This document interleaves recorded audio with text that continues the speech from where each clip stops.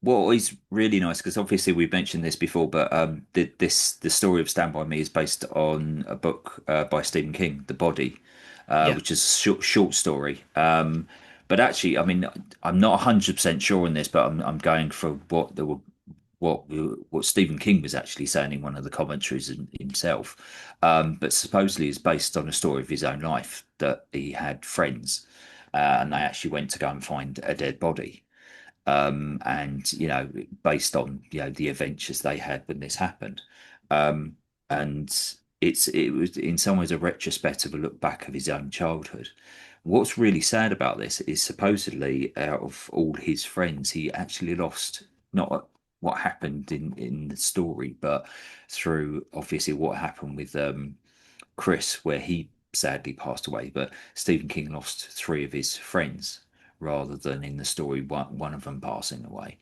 Um, so they got the rights to make the film, and they want to do it really, really well. And Stephen was happy for this to do it. But obviously, when they finished the film, they did a screening and allow Stephen to watch it.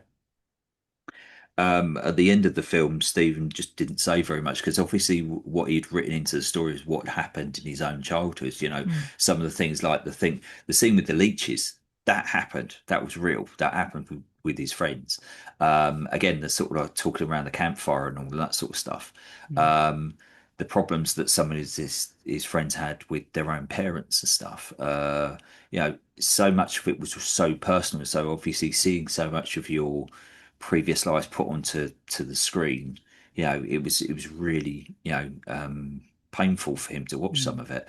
Um, but an interesting act was at the end of the book. It's not Gordy that picks up the gun. It's Chambers. It's It's it's Chris. Chris. Yeah, it's Chris. Okay. Chris is the one that Interesting. that does that holds the gun. And when he saw that it was That had been Gordy that changed. that Yeah. that changed that Gordy picks up the gun.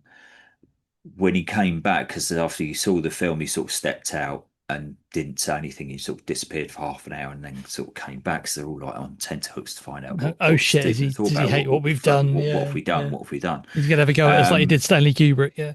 and when he came back, he said, "I wish that I'd written that Gordy had the gun. Absolutely wish that I'd written it that way because it really changed the dynamic. And as you said earlier, it changed the dynamic of the character Mm. where Gordy Gordy becomes the sort of leader. becomes the leader. Yeah. And he'd never thought of it that way. And so he was really, really amazed and bowled over because obviously because the whole ethos of the film is based on Gordy's perspective of things Yeah. and how this was a real changing element for him, taking control of his own life and moving forwards and trying to make something of his life because he wasn't getting the love and the support from his family, which he desperately needed, but he was getting it from his friends. And then, of course, he loses one of his best friends, even though he hadn't seen him for over 10 years. So it was and even Stephen has said, out of all of the movie portrayals of all of his books and Oh, films the that have come adaptations, out, which all are the which are adaptations, numerous. Yeah. numerous, he still Thousands of to them. this day says that Stand By Me is one of the best.